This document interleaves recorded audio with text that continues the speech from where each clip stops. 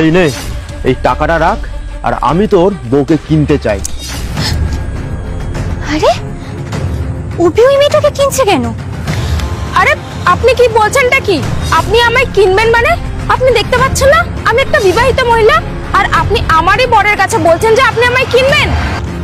আমি যা বলছি ভেবে চিনতে বলছি, আর হ্যাঁ আমি তোমাকে কিনতে চাই। মানেটা কি? কিনতে চাইলে কি আপনি কিনে নেবেন? আর আমি কি বাজারের সবজি নাকি যে আপনি কিছু টাকা ফেললেন আর আপনি বলছেন আমায় কিনে নিয়ে যাবেন? আরে তুমি চুপচাপ কেন আছো? কিছু বলো। ও তোমার সামনে আমাকে কিনতে চাইছে। এই একদম চুপ।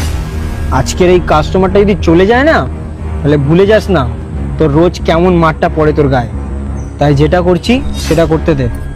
সাহেব যান, আপনি নিয়ে যান। আজ থেকে আমার বউ আপনার, আর আপনার টাকা আমার। এই টাকা দিয়ে আমি এক বোতল কি পুরো পেটি পেটি মদ কিনতে পারবো।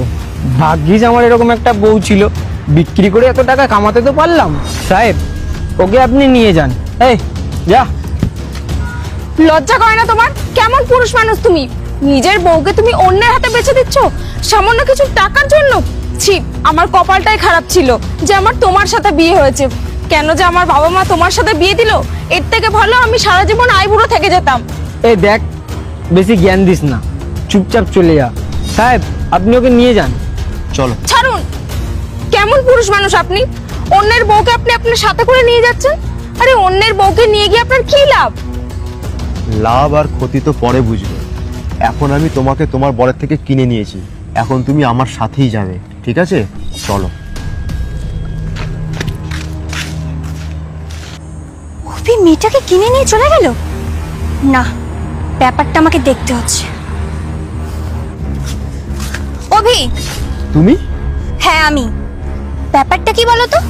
আমি সবকিছুই দূর থেকে দেখতে পেয়েছি। তুমি এই মেয়েটাকে টাকা দিয়ে কিনেছো? তুমি কি আমাকে ডিভোর্স দিতে চাইছো? তুমি আমাকে ভুল বুঝছো। তুমি আগে আমার পুরো কথাটা শোনো, তারপরে তুমি সবটা বুঝতে পারবে। মানে কি বলতে চাইছো? তাহলে শোনো। তুমি সকাল সকাল খাওয়া শুরু করে দিয়েছো? এই বেশি জ্ঞান দিস না। আগে বল পয়সা এনেছিস? আমাকে বোতল কিনতে হবে। আজকে তো সারাদিন কোথাও কাজ হয়নি, আমি টাকাটা কোথায় পাবো বলো তো? টাকা কোথায় পাবো মানে? তুই কি বলছিস? এটা আমার বোতল শেষ। তুমি ফেলো তো এসব। তোর এত বড় সাহস! যা গিয়ে পয়সা নিয়ে আয়। এবার তো তুমি বুঝতে পারলে কেন আমি এই কাজটা করেছি। এই মেয়েটার জীবন ওখানে শেষ হয়ে যাচ্ছিল। ওর বর প্রতিনিয়ত ওর প্রতি অত্যাচার করে করে ওকে শেষ করে দিচ্ছিল। নিজে মদ খেত, ওকে দিয়ে রোজগার করিয়ে